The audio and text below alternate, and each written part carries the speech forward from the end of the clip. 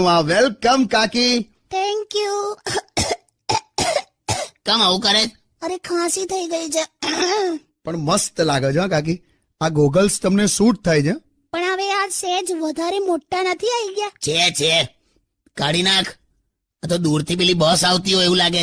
આ મૂકી દે. આ શાક પરથી યાદ આવ્યું મને, અમારી સોસાયટીમાં પેલી જ્યોત્સનાબેન દૂધી લેવા ગયેલી બજારમાં, તો 4 દિવસ થઈ ગયા, પાછી જ નહીં. બોલ, પોલીસ કમ્પ્લેન થઈ, ઘરે બધા કેટલા ચિંતામાં હતા. તો એમાં શું ચિંતા કરવાની, પોલીસ કમ્પ્લેન કરવાની? બીજું કઈક શાક ના બનાવાય?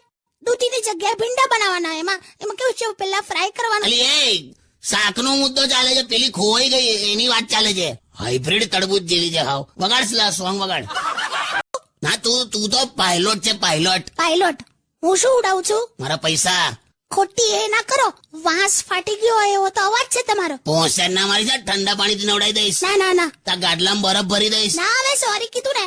જોઈ લેશે. સ્ત્રી અને પુરુષ બરાબર છે. ઓકે, હા બરાબર જ છે. હું ક્યાં ના પડું. હવે છે ને, હવેથી ગેસના બાટલાને રેગ્યુલેટર તું બદલજે. હા ના જો હવે સાવ એવું ના કરો તમે. ક્યાં ઢીલી પડી બેટા? એવું નહીં, અમુક કામ તો તમારે કરવાના જ હોય છે ને, તમે આવું બધું ના કરશો. હા હું કરી દઈશ. ચાલ. પછી એવું કહેતી હતી કે લોકોને કે ખરો કે સાચો પ્રેમ મળી જાય છે એમ. કોણ કહેતી હતી? નિર્મળા. એટલે હજી તમે એના ટોપિક પર છો? આ તો યાદ આવ્યું એટલે. પછી મેં કીધું હા શું? મેં પણ કીધું કે ખબર નહીં લોકોને સાચો પ્રેમ કેમનો મળી જાય છે. બાકી મને તો ટ્રેનમાં ચાર્જિંગ પ્લગ વાળો ડબ્બો પણ નહીં મળતો. પછી આમ હે કરીને હસી, થોડી આમ જોક કર્યો તો ખુશ કરાવી દીધી મેં. પત્યું તમારું હવે? હા. હવે સાંભળો, આપણી કામવાળીને હજી આવવામાં 7 દિવસ બાકી છે. હા, ઓહો, મને એની એટલી યાદ આવે છે ને. મને પણ. હે શું? અને સાંભળો, પેલી બીજી વાત એવી હતી, હા પેલી આપણી ગાડી છે ને, એની હવા પાછી નીકળી ગઈ. એ ટાયર છે ને એ પંચર જ છે, હવે એ બદલાવાનું જ છે. ના સાંભળો, એ આખું ના બદલાવશો. કેમ?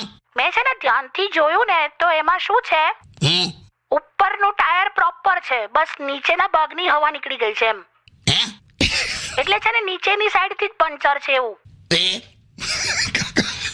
તું દોસ્ત શું કરું તારું? કેમ, બરાબર તો કીધું. ના તું તારા લેવલ પર બરાબર જ તે કીધું. તું રહેવા દે, નીચેની સાઈડ થી હવા નીકળી ગઈ છે એવું બોલાય? કાકા કઈ નહીં. તું નહીં યાર. સારું છોડો, આ તો કઈ કહેવાનું પણ નકામું છે તમને. બે તું મૂકને. હવે 2023 સદબુદ્ધિ આપે ભગવાન તને, એવી પ્રાર્થના. શું થયું? બે મૂક. હવે સવિતાએ મને શું કીધું કે વેલેન્ટાઇન નું કઈક આલો ને ભાઈ. હા, શું વાત કરો છો? તો હું તો યાર એક ધબકારો ચૂકી ગયો કે હવે આ વેલેન્ટાઇન માં બોનસ નું ક્યાંથી ચાલુ થયું એમ.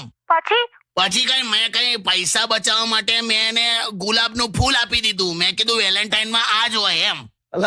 તો હું કરવાનું? પણ યાર તમે પણ ખરા છો ને, અત્યારે વેલેન્ટાઇન ના દિવસોમાં ગુલાબ અપાય? તો હું કરું લી, પણ પૈસા બચાવવા કર્યું. હવે એમાં શું સમજી હશે મને ખબર નથી. અત્યાર સુધી મને બેન કહેતી હતી, આજે સવારથી મને દીદી કરે છે.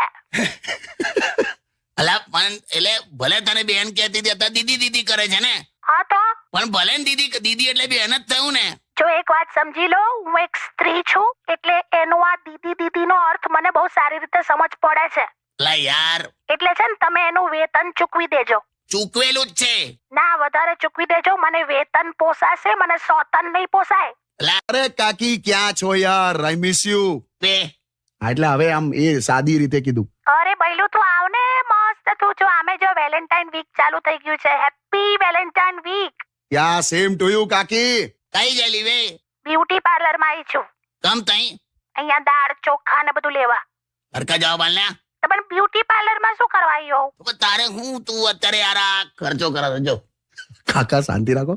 અરે આ વેલેન્ટાઇન વીક કહેવાય, તમને સમજો? એકદમ મસ્ત હું તૈયાર થઈશ ને, બ્યુટીફુલ આમ પેલું મેકઅપ ને બધું કરીશ ને.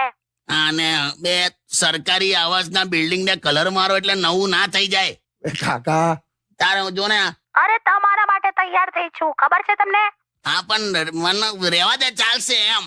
અરે કેટલું મસ્ત મેકઅપ કર્યું. મેં તમને બધા વોટ્સએપ પર ફોટા મોકલ્યા છે મારા, તમે જો. સેલ્ફી પાડીને જે ડિલીટ કરી દેવામાં આવે ને એ જ અસલી ફોટો, બાકી બધી મોહ માયા છે. પત્યું તમારું? હેલો સાંભળો. હા. એટલે આપણા સોસાયટી વાળા બધા એવું કહે છે કે પેલા લોકેશભાઈ ખોઈ ગયા છે ને. હા તો કે હવે પોલીસ કમ્પ્લેન કરાવી દઈએ એમ.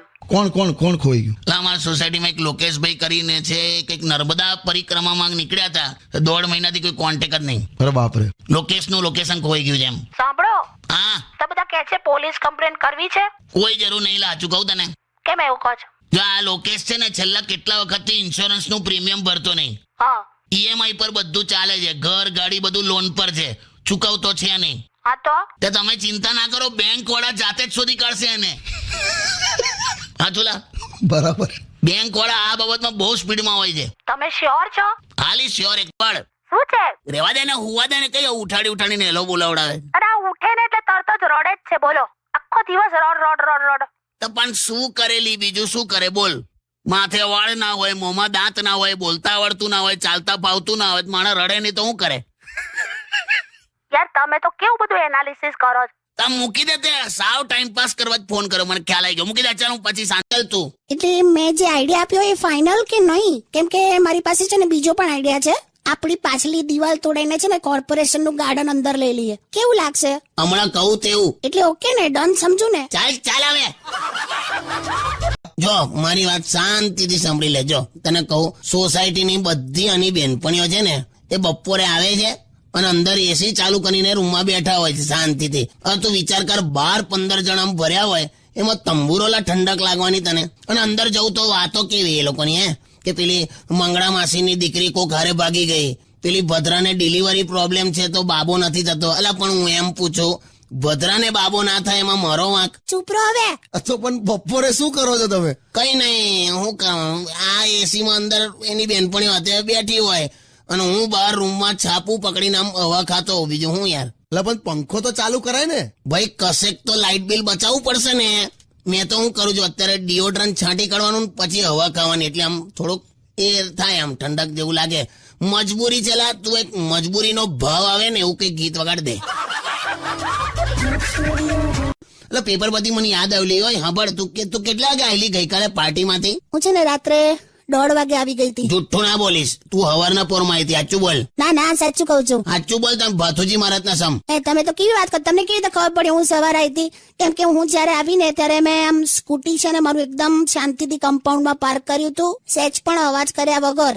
ધીરેથી દરવાજો ખોલ્યો તો અવાજ પેલું ચૂચું અવાજ ના આવે એવો. પછી અંદર જોયું તો તમને નસકોરા બોલતા હતા, એટલે તમે તો જાગ્યા જ નથી. ઓકે, તો તમને કેવી રીતે ખબર પડી કે હું સવારે આવી હતી? ખબર પડી જાય, હોશિયારી. સવારે પેપર છે ને, પેપર એ તારા સ્કૂટીના ટાયરની નીચે દબાયેલું પડેલું, એટલે એ સમજી ગયા લોકો. જલાઈ ગઈ તને કહું ને. હટ હાટ હટ હાટ